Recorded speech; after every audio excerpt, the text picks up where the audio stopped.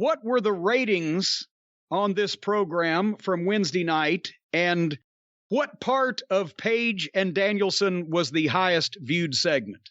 I'll have to get you the quarterly breakdowns, but I can tell you the overall rating was 948,000 viewers, up from the previous week, which was 872,000 viewers.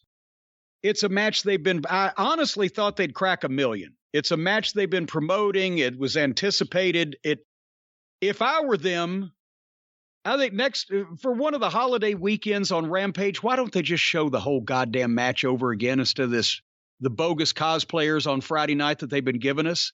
Everybody should see that match. That would do more to get AEW over with wrestling fans that don't watch wrestling anymore than anything else they could do or anybody they could sign. If you just, hey, you don't watch wrestling anymore because it's all fucking and horse shit, watch this. We do this over here.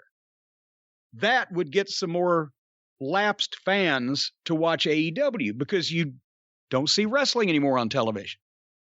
Okay, have the quarterly break. But anyway, the quarterlies, and again, I would have figured it would have been over 1 million, but I heard that one of the quarters for Page and Danielson was. Go ahead. The first quarter, obviously the first 4 quarters are this match. The first quarter did 947,000 viewers. The second quarter did 963,000 viewers. The third quarter went to 943,000 viewers. And the fourth quarter was at 1,035,000 viewers. So there's the first hour of the show. And you know what? That makes it doesn't make sense why anybody would have stopped watching this match in the third quarter. I can't see if you're watching a wrestling program why you would change channel on this match, but it does make sense in that for those with short attention spans, it was building for the first 2 quarters. Then they realized about the time we all did, they're going an hour. So they tuned out for a little while, and then more of them came back for the finish. Coming out of that, the fifth quarter, which I believe was still Danielson Page, and then that led into the Bucks promo and the Wardlow match, was still at 1,035,000. The sixth quarter, so now that match is off the books. But I was about to say, now we've seen the Hardley Boys. Where are we going from here? 855,000. Wow! Then the next quarter, 873,000. And the final quarter, I believe this is the final quarter, MJF versus Dante Martin, 936,000. So it went back up for that match.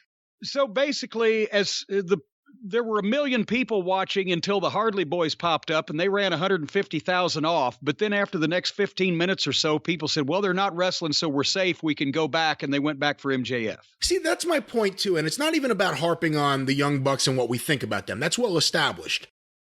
To put any comedy segment or anything goofy after that match, to me, is a major turnoff. That was the moment. You had to figure the audience was going to probably grow throughout the match, peaking at the end.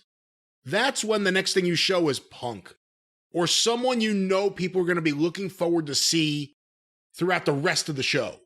Instead, they went to interstitial comedy.